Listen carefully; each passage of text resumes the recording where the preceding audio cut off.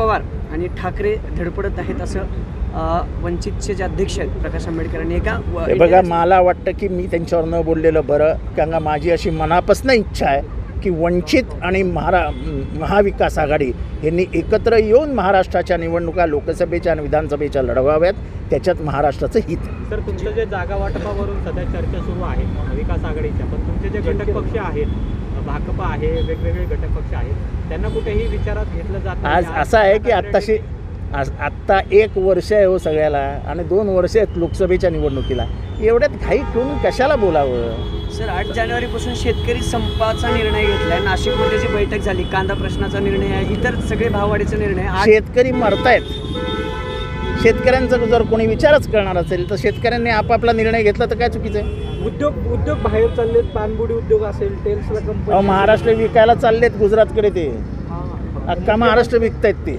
दादा तर म्हणतात की विकासासाठी आम्ही भाजप बरोबर गेलो. विकास त्यांच्या या धोरणाविरुद्ध शिवसेना बाहेर पडून भाजप बरोबर गेली. तेव्हा ते काय म्हणाले की अजित पवारांच्या स्वभावामुळे आणि त्यांच्या नीतींमुळे आम्ही बाहेर पडलो.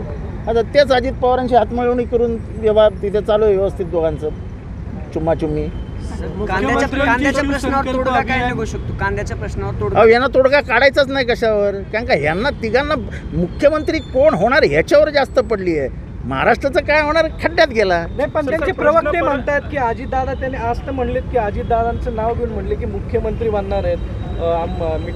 तिथे भाजपवाले म्हणतात की देवेंद्र फडणवीस मुख्यमंत्री होणार आहे. संजय शिरसाट म्हणतात की एकनाथ शिंदे मुख्यमंत्री होणार आहे. आणि ते तर म्हणजे बाशिंग लावल्यासारखे मी अमुक मुख्यमंत्री म्हणून शपथ घेतो की वगैरे वगैरे आज सकाळी बोलून मोकळे झाले.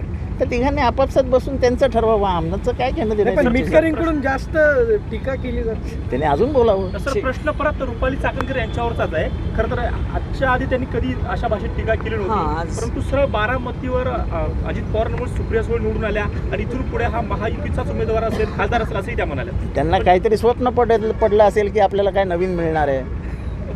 थँक्यू. लोकशाही मराठी ऐका, पहा, जागरूक रहा.